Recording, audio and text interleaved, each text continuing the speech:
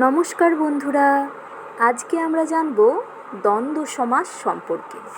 তো দ্বন্দ্ব সমাসের সংজ্ঞা কী হবে না, যে সমাসে প্রতিটি সমস্যমান পদের অর্থই প্রধান থাকে তাকেই দ্বন্দ্ব সমাস বলে।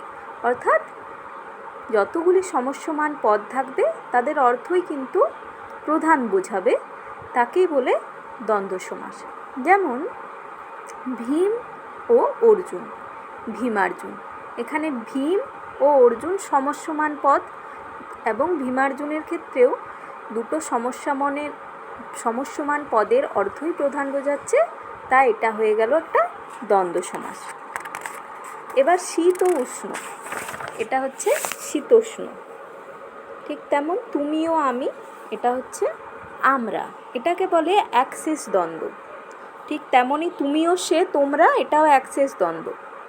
এরপর আসি ধনী ও দরিদ্র, ধনী দরিদ্র, এটাকে বলে বিপরীতার্থক দ্বন্দ্ব সমাস। ঠিক তেমনই দিবস ও রজনী, দিবস রজনী, ক্ষুদ্র ও বৃহৎ, ক্ষুদ্র বৃহৎ, দেনা ও পাওনা, দেনা পাওনা, এগুলো সব বিপরীতার্থক দ্বন্দ্ব সমাস। এবার আসি জায়া ও পতি, জায়া ও পতি হচ্ছে দম্পতি। ঠিক তেমনই অহোরাত্রি, অহোরাত্রি, এগুলো সব কিন্তু অ্যাক্সিস দ্বন্দ্ব।